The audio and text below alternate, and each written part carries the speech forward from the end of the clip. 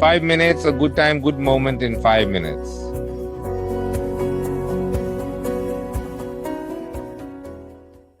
Hello everyone, this is 5 Minutes.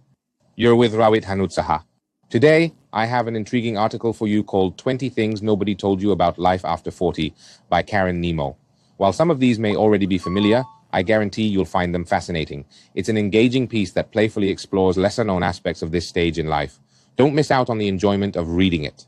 First, what goes into your mouth is more important than what comes out of your mouth, which means what you eat matter much more than what you said. In their view, the existence of the world is not influenced by your narrative or viewpoint. As per their beliefs and opinion, the world can stand independently. Let's consider a scenario where choosing to eat just one hamburger could lead to significant and enduring consequences, affecting our health and life profoundly. It's extremely mindful and thoughtful about our dietary choices, recognizing that even a single decision can have lasting impacts on our well-being and quality of life. The second point, he said, other people are not having better sex than you. He mentioned this issue. At this stage of life, do people tend to exaggerate what they say?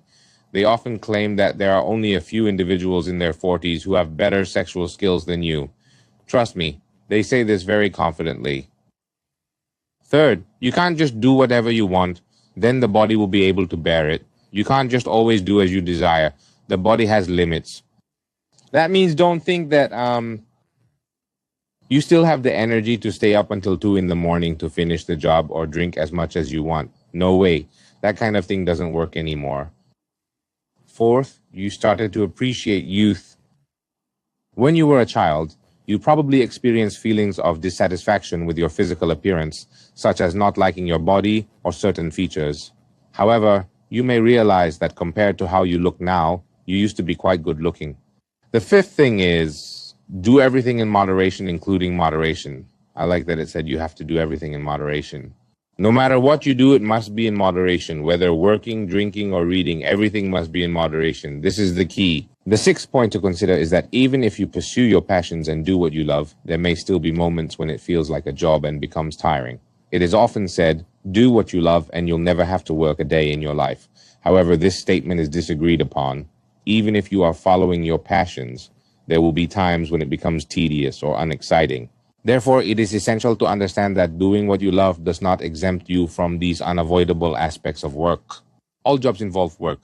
Although some may be more desirable, they still require effort, something I wholeheartedly concur with. Let me tell you, I like recording podcasts, otherwise I wouldn't have been able to do it for this long. But it's not like there's 0 day I don't want to do it. Of course, some days I feel just don't want to do and I have to force myself.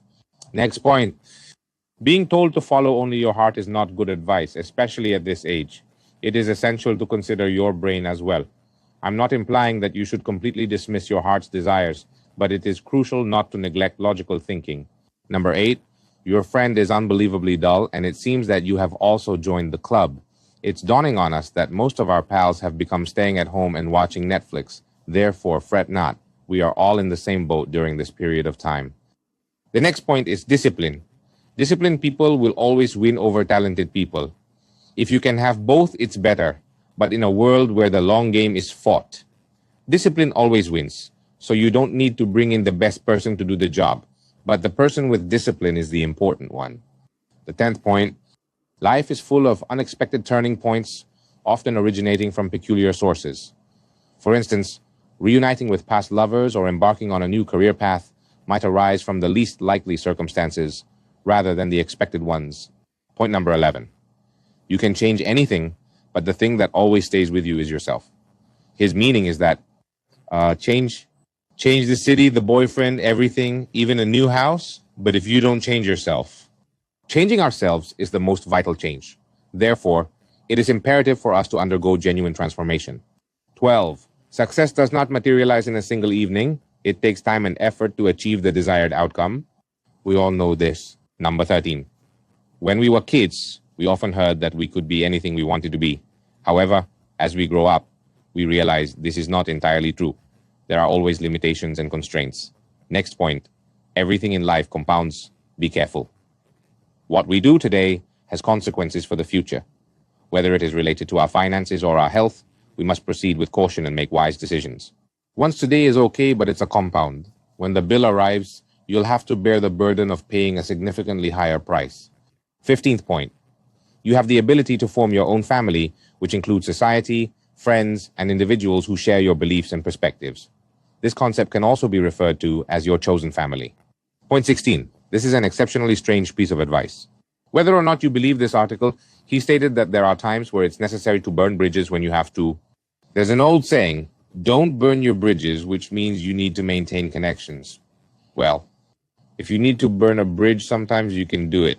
He said this sentence I really like: when you pick the right bridge to burn.